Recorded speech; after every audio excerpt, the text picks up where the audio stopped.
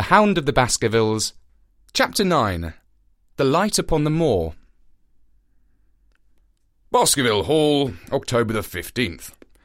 My dear Holmes, if I was compelled to leave you without much news during the early days of my mission, you must acknowledge that I am making up for lost time, and that events are now crowding thick and fast upon us. In my last report, I ended upon my top note with Barrymore at the window, and now I have quite a budget already which will, unless I am much mistaken, considerably surprise you. Things have taken a turn which I could not have anticipated. In some ways, they have within the last 48 hours become much clearer, and in some ways they have become more complicated. But I will tell you all, and you shall judge for yourself. Before breakfast, on the morning following my adventure, I went down the corridor and examined the room in which Barrymore had been in the night before. The western window through which he had stared so intently has, I noticed, one peculiarity above all other windows in the house. It commands the nearest outlook onto the moor. There is an opening between two trees, which enables one from this point of view to look right down upon it, while from all the other windows it is only a distant glimpse which can be obtained. It follows, therefore, that Barrymore, since only this window would serve the purpose, must have been looking out for something or somebody upon the moor. The night was very dark, so that I can hardly imagine how he could have hoped to see anyone. It had struck me that it was possible that some love intrigue was on foot. That would have accounted for his stealthy movements, and also for the uneasiness of his wife. The man is a striking-looking fellow, very well equipped to steal the heart of a country girl, so that this theory seemed to have some support to it. That opening of the door which I had heard after I had returned to my room might mean that he had gone out to keep some clandestine appointment. So I reasoned with myself in the morning, and I tell you the direction of my suspicions, however much the result may have shown that they were unfounded. But whatever the explanation of Barrymore's movements might be, I felt that the responsibility of keeping them to myself until I could explain them was more than I could bear. I had an interview with the baronet in his study after breakfast, and I told him all that I had seen. He was less surprised than I had expected. "I knew that Barrymore walked about nights. I had a mind to speak to him about it," said he. "2 or 3 times I've heard his steps in the passage, coming and going, just about the hour you name." "Perhaps, then, he pays a visit every night to that particular window," I suggested. "Perhaps he does. If so, we should be able to shadow him and see what it is that he's after."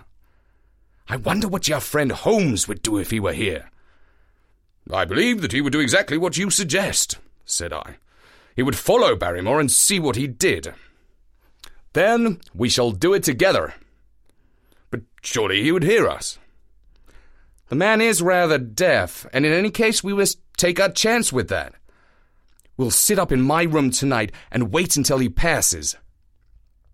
Sir Henry rubbed his hands with pleasure, and it was evident that he hailed the adventure as a relief to his somewhat quiet life upon the moor. The baronet had been in communication with the architect who prepared the plans for Sir Charles, and with a contractor from London, so that we may expect great changes to begin here soon. There have been decorators and furnishers up from Plymouth, and it is evident that our friend has large ideas and means to spare no pains or expense to restore the grandeur of his family. When the house is renovated and refurnished, all that he will need will be a wife to make it complete. Between ourselves, there are pretty clear signs that this will not be wanting, if the lady is willing, for I have seldom seen a man more infatuated with a woman than he is with our beautiful neighbour, Miss Stapleton.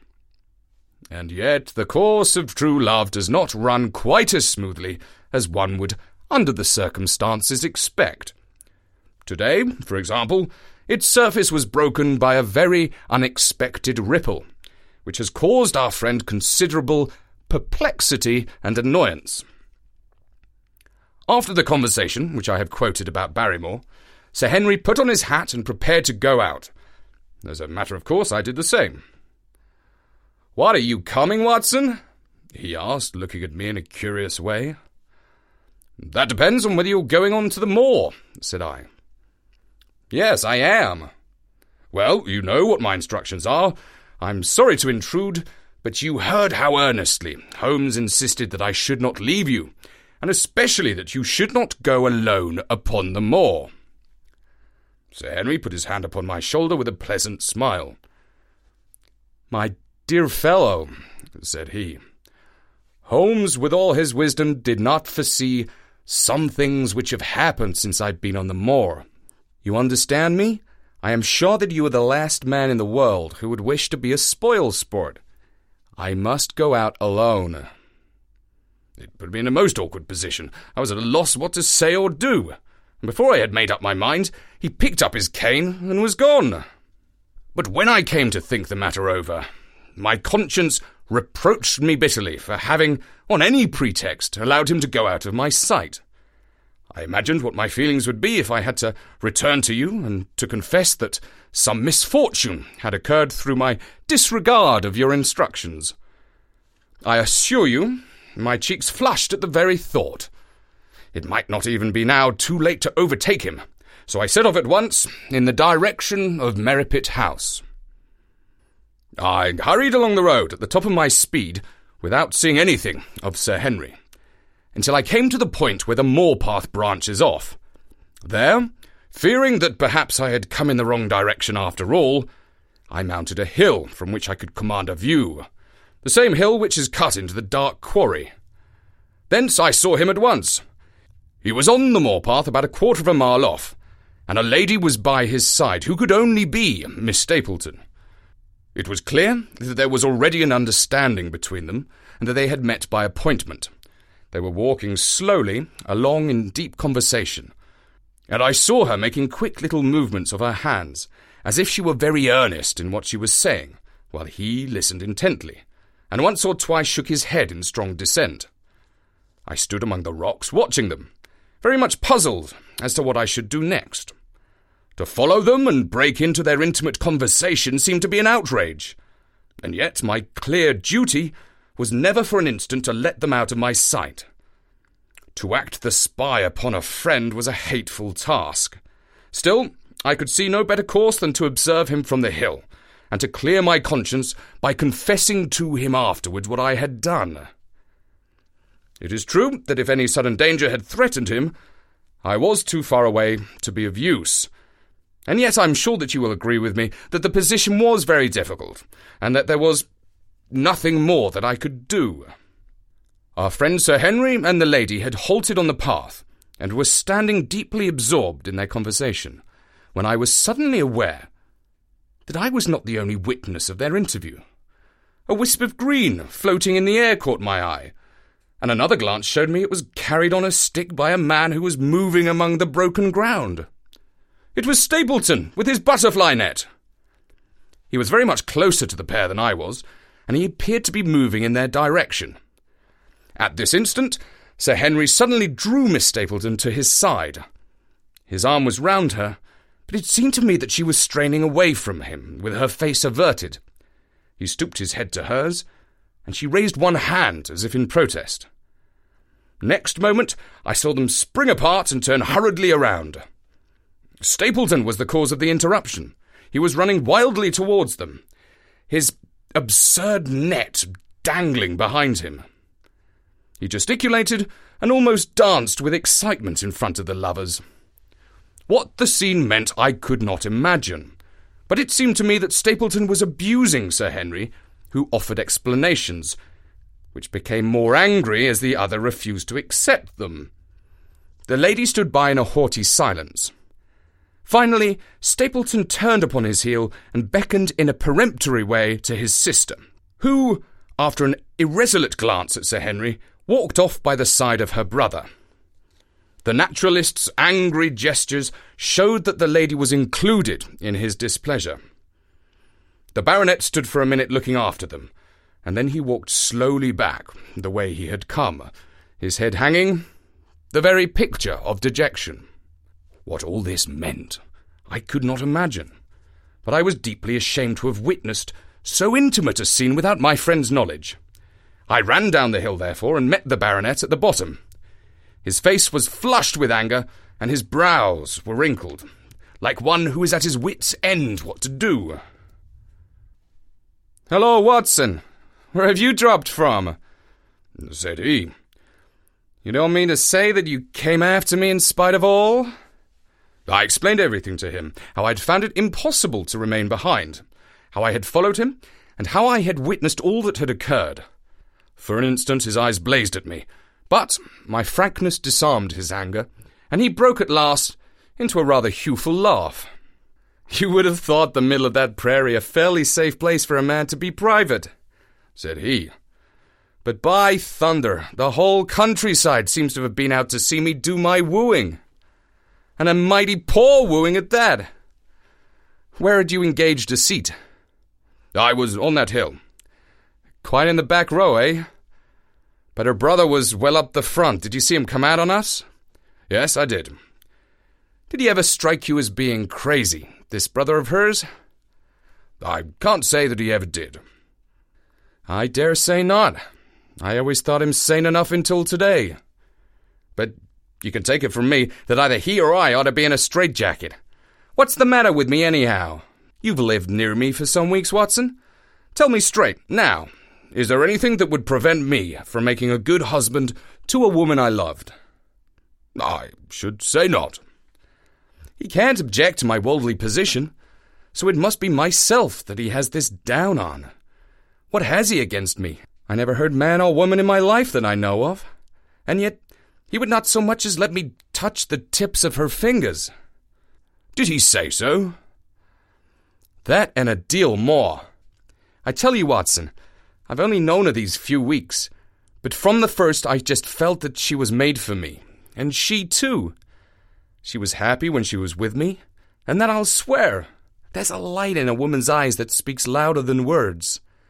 But he has never led us together, and it was only today for the first time that I saw a chance of having a few words with her alone. She was glad to meet me, but when she did, it was not love that she would talk about, and she wouldn't have let me talk about it either if she could have stopped it. She kept coming back to it that this was a place of danger, and that she would never be happy until I had left it. I told her that since I had seen her, I was in no hurry to leave it, and that if she really wanted me to go, the only way to work it was for her to arrange to go with me. With that, I offered in as many words to marry her. But before she could answer, down came this brother of hers, running at us with a face on him like a madman. He was just white with rage, and those little eyes of his were blazing with fury. What was I doing with the lady? How dared I offer her attentions which were distasteful to her? Did I think that because I was a baronet I could do what I liked? If he had not been her brother, I should have known better how to answer him. As it was, I told him that my feelings towards his sister were such as I was not ashamed of, and that I hoped that she might honor me by becoming my wife. That seemed to make the matter no better, so then I lost my temper too, and I answered him rather more hotly than I should perhaps, considering that she was standing by. So it ended by his going off with her, as you saw, and here I am, as badly puzzled a man as any in this county. Just tell me what it all means, Watson, and I'll owe you more than ever I can hope to pay." Well, I tried one or two explanations, but indeed I was completely puzzled myself. Our friend's title, his fortune, his age, his character, and his appearance are all in his favour, and I know nothing against him unless it be this dark fate which runs in the family. That his advances should be rejected so brusquely, without any reference to the lady's own wishes, and that the lady should accept the situation without protest, is very amazing. However, our conjectures were set at rest by a visit from Stapleton himself that very afternoon. He had come to offer apologies for his rudeness of the morning, and after a long private interview with Sir Henry in his study, the upshot of the conversation was that the breach is quite healed, and that we are to dine at Merripit House next Friday as a sign of it. "I don't say now that he isn't a crazy man," said Sir Henry. "I can't forget the look in his eyes when he ran at me that morning, but I must allow that no man could make a more handsome apology than he has done." "Did he give any explanation of his conduct?" "His sister is everything in his life, he says. That is natural enough, and I am glad that he should understand her value. They have always been together, and according to his account he has been a very lonely man, with only her as a companion, so that the thought of losing her was really terrible to him. He had not understood, he said, that I was becoming attached to her, but when he saw with his own eyes that it was really so, and that she might be taken away from him, it gave him such a shock that for a time he was not responsible for what he said or did. He was very sorry for all that had passed, and he recognized how foolish and how selfish it was that he should imagine that he could hold a beautiful woman like his sister to himself for her whole life. If she had to leave him, he had rather it was to a neighbor like myself than to anyone else. But in any case, it was a blow to him, and it would take him some time before he could prepare himself to meet it. He would withdraw all opposition upon his part if I would promise for 3 months to let the matter rest, and to be content with cultivating the lady's friendship during that time without claiming her love. This I promised, and so the matter rests. So, this is one of our small mysteries cleared up. It is something to have touched bottom anywhere in this bog in which we are floundering. We now know why Stapleton looked with disfavour upon his sister's suitor, even when that suitor was so eligible a one as Sir Henry. And now I pass on to another thread which I have extricated out of the tangled skein, the mystery of the sobs in the night, of the tear-stained face of Mrs. Barrymore, of the secret journey of the butler to the western lattice window. Congratulate me, my dear Holmes, and tell me that I have not disappointed you as an agent, that you do not regret the confidence which you showed in me when you sent me down. All these things have by one night's work been thoroughly cleared. I have said by one night's work, but in truth it was by 2 nights' work, for on the first we drew entirely blank. I sat up with Sir Henry in his rooms until nearly 3 o'clock in the morning, but no sound of any sort did we hear, except the chiming clock upon the stairs. It was a most melancholy vigil, and ended by each of us falling asleep in our chairs. Fortunately, we were not discouraged, and we determined to try again. The next night, we lowered the lamp and sat smoking cigarettes without making the least sound. It was incredible how slowly the hours crawled by, and yet we were helped through it by some sort of patient interest which the hunter must feel as he watches the trap in which he hopes the game may wander. 1 struck, and 2, and we had almost for the second time given it up in despair, when, in an instant, we both sat bolt upright in our chairs, with all our weary senses keenly on the alert once more. We had heard the creak of a step in the passage. Very stealthily we heard it pass along, until it died away in the distance. Then the baronet gently opened his door, and we set out in pursuit. Already our man had gone down round the gallery, and the corridor was all in darkness. So softly we stole along, until we had come into the other wing. We were just in time to catch a glimpse of the tall black-bearded figure, his shoulders rounded as he tiptoed down the passage. Then he passed through the same door as before, and the light of the candle framed it in the darkness and shot one single yellow beam across the gleam of the corridor. We shuffled cautiously towards it, trying every plank before we dared to put our whole weight upon it. We had taken the precaution of leaving our boots behind us, but, even so, the old boards snapped and creaked beneath our tread. Sometimes it seemed impossible that he should fail to hear our approach. However, the man is fortunately rather deaf, and he was entirely preoccupied in that which he was doing. When at last we reached the door and peeped through, we found him crouching at the window, candle in his hand, his white, intent face pressed against the pane, exactly as I had seen him 2 nights before. Now, we had arranged no plan of campaign, but the baronet is a man to whom the most direct way is always the most natural. He walked into the room, and as he did so, Barrymore sprang up from the window with a sharp hiss of his breath and stood livid and trembling before us. His dark eyes, glaring out of the white mask of his face, were full of horror and astonishment as he gazed from Henry to me. "What are you doing here, Barrymore?" Nothing, sir." His agitation was so great that he could hardly speak, and the shadows sprang up and down from the shaking of his candle.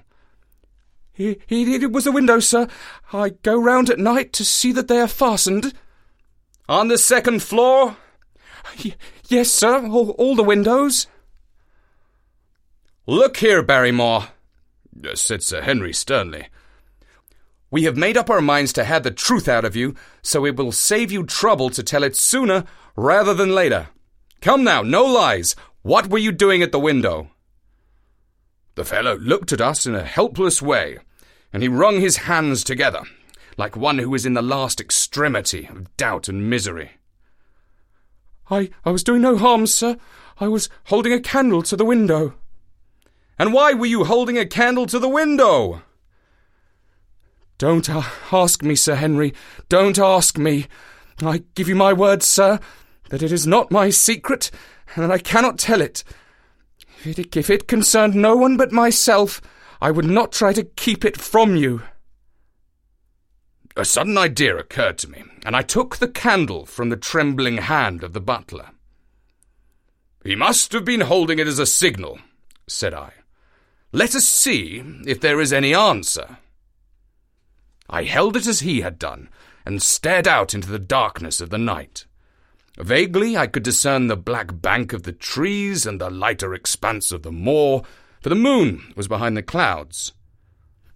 And then I gave a cry of exultation, for a tiny pinpoint of yellow light had suddenly transfixed the dark veil and glowed steadily in the centre of the black square framed by the window.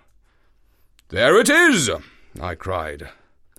No, sir, it is nothing at all," the butler broke in. "I assure you, sir." "Move your light across to the window, Watson," cried the baronet. "See, the other moves also. Now, you rascal, do you deny that it is a signal? Come, speak up.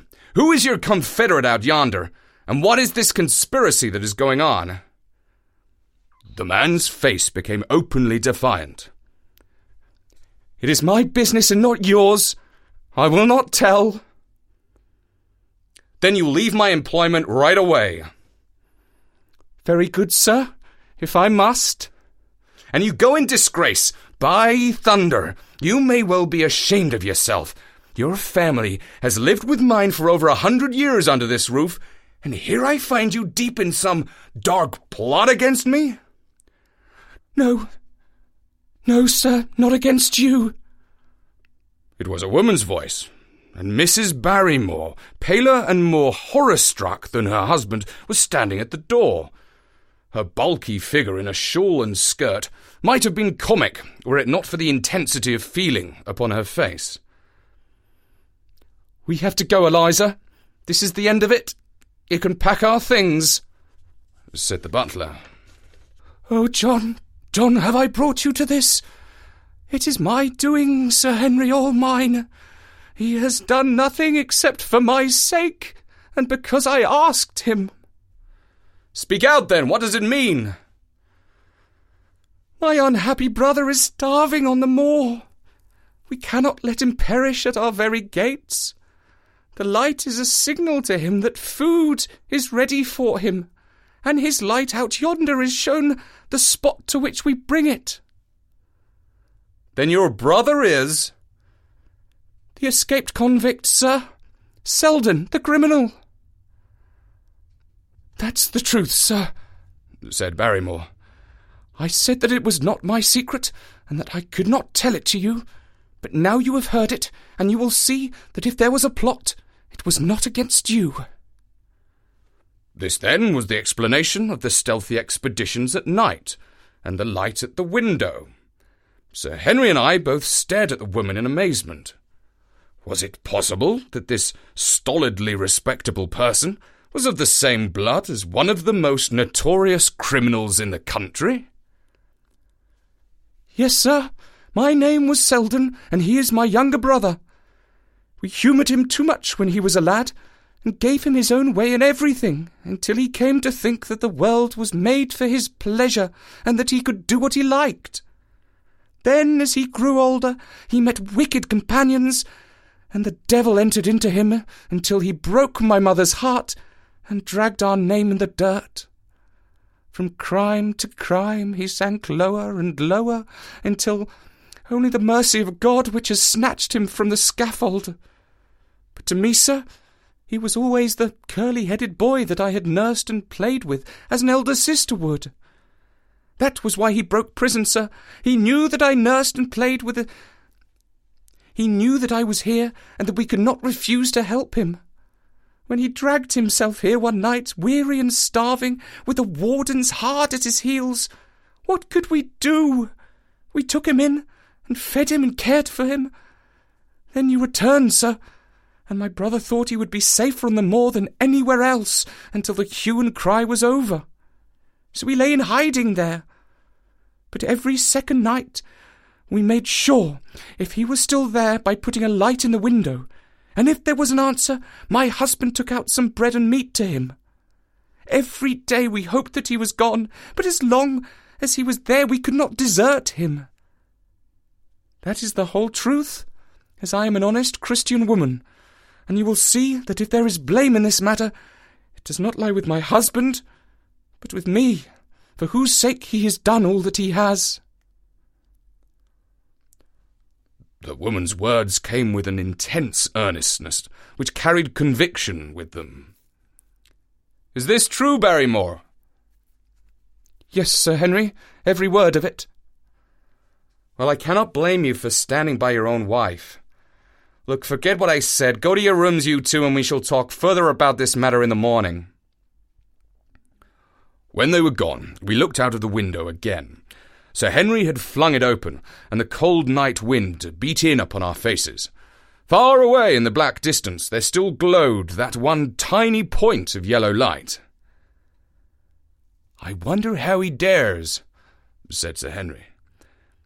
"It may be so placed as to be only visible from here." "Very likely. How far do you think it is?" "Out by the cleft door, I think." "Not more than a mile or two off?" "Hardly that." "Well, it cannot be far if Barrymore had to carry the food out. And he is waiting, this villain, beside that candle. By thunder, Watson, I am going out to take that man." The same thought had crossed my own mind. It was not as if the Barrymores had taken us into their confidence. Their secret had been forced from them. The man was a danger to the community, an unmitigated scoundrel, for whom there was neither pity nor excuse. We were only doing our duty in taking the chance of putting him back where he could do no harm. With his brutal and violent nature, others would have to pay the price if we held our hands. Any night, for example, our neighbours, the Stapletons, might be attacked by him, and it may have been the thought of this which made Sir Henry so keen upon the adventure. "I will come," said I. "Then get your revolver and put on your boots. The sooner we start, the better, as the fellow may put out his light and be off." In 5 minutes we were outside the door, starting upon our expedition. We hurried through the dark shrubbery, amid the dull moaning of the autumn wind and the rustle of the falling leaves. The night air was heavy with the smell of damp and decay.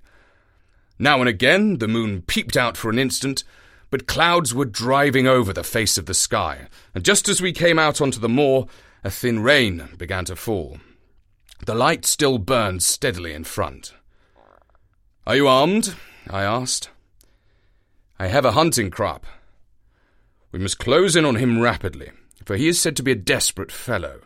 We shall take him by surprise and have him at our mercy before he can resist." "I say, Watson," said the baronet, "what would Holmes say to this? How about that hour of darkness in which the power of evil is exalted?" As if in answer to his words, there rose suddenly, out of the vast gloom of the moor, that strange cry which I had already heard upon the borders of the great Grimpen Mire. It came with the wind through the silence of the night, a long, deep mutter, and then a rising howl, and then the sad moan in which it died away. Again and again it sounded, the whole air throbbing with it, strident, wild, and menacing. The baronet caught my sleeve, and his face glimmered white through the darkness. "My God, what's that, Watson?" "I don't know. It's a sound they have on the moor. I heard it once before." It died away, and an absolute silence closed in upon us. We stood straining our ears, but nothing came. "Watson," said the baronet, "it was the cry of a hound." My blood ran cold in my veins, for there was a break in his voice which told of the sudden horror which had seized him. "What did they call this sound?" he asked. "Who?" "The folk on the countryside." "Oh, they are ignorant people. Why should you mind what they call it?" "Tell me, Watson, what did they say of it?" I hesitated, but could not escape the question. "They say it is the cry of the Hound of the Baskervilles." He groaned and was silent for a few moments. "A hound it was," he said at last, "but it seemed to come from miles away, over yonder, I think." "It was hard to say whence it came." "It rose and fell with the wind. Isn't that the direction of the great Grimpen Mire?" "Yes, it is." "Well, it was up there. Come now, Watson. Don't you think yourself that it was the cry of a hound? I am not a child. You need not fear to speak the truth." "Stapleton was with me when I heard it last. He said that it might be the calling of a strange bird." No. It was a hound. My God, can there be some truth in all these stories? Is it possible that I am really in danger from so dark a cause? You don't believe it, do you, Watson?" No. "And yet it was one thing to laugh about it in London, and it is another to stand out here in the darkness of the moor and to hear such a cry as that. And my uncle, there was the footprint of the hound beside him as he lay. It all fits together.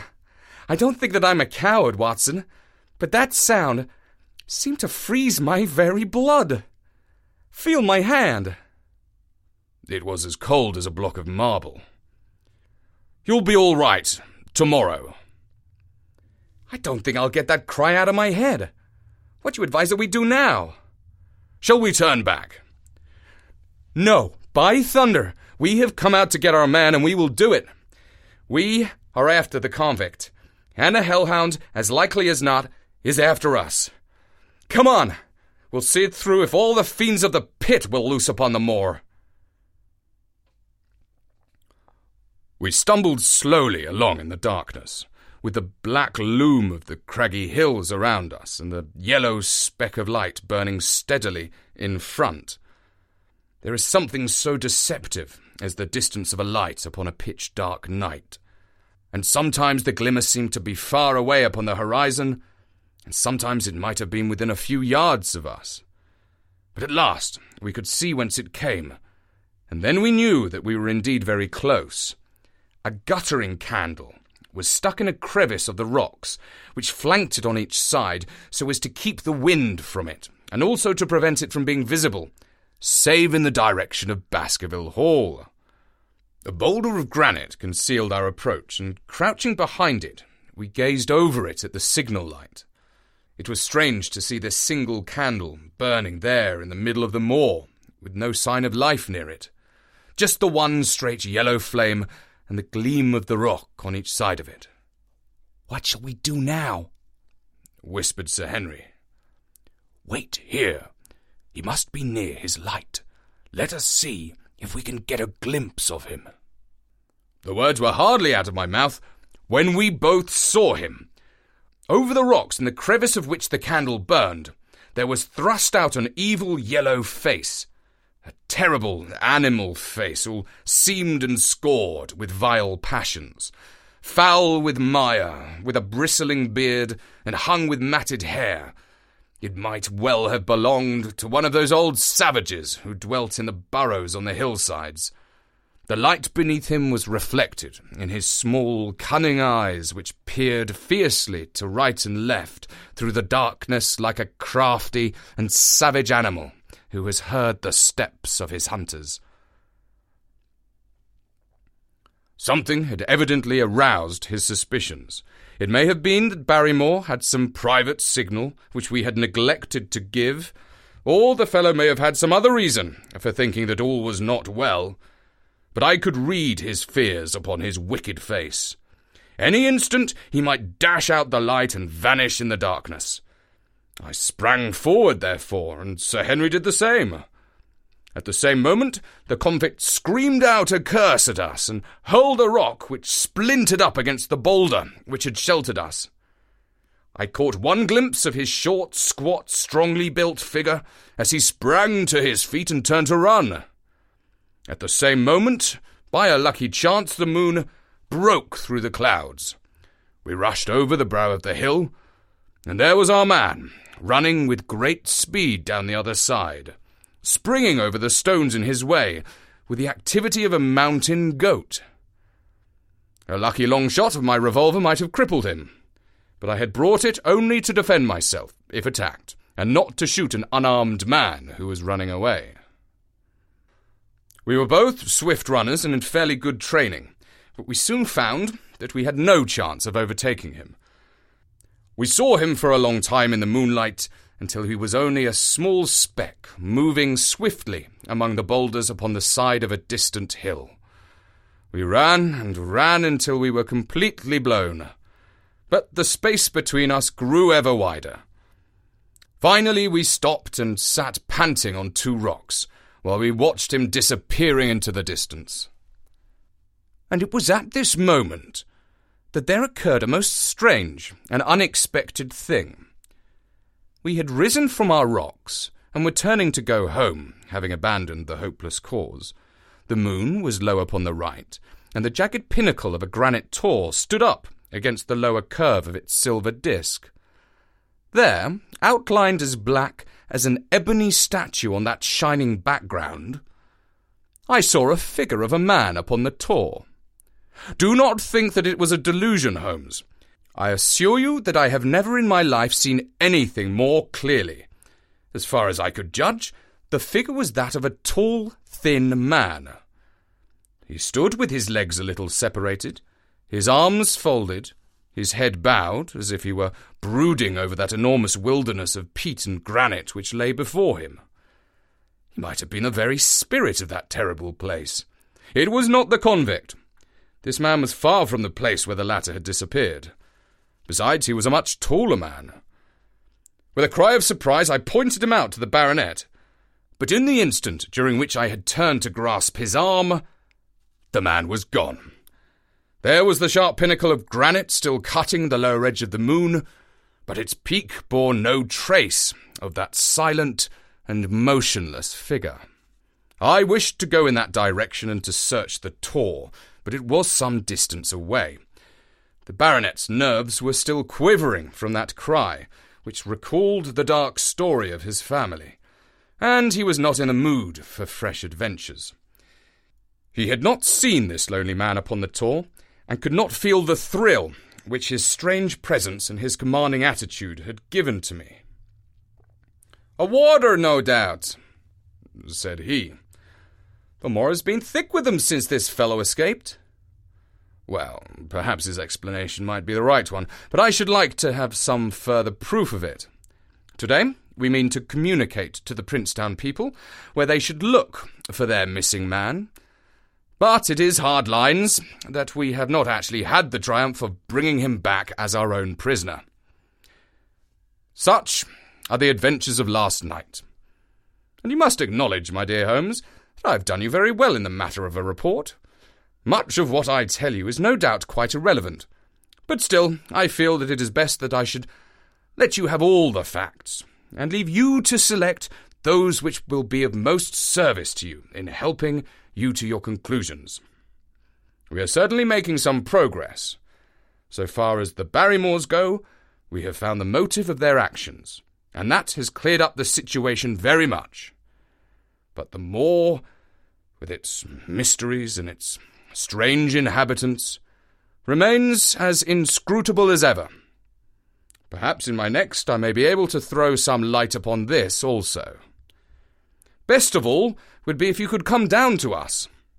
In any case, you will hear from me again in the course of the next few days. The Hound of the Baskervilles is read by me, Richard Scott, and can be downloaded for free from storynori.com and iTunes. Thank you for listening.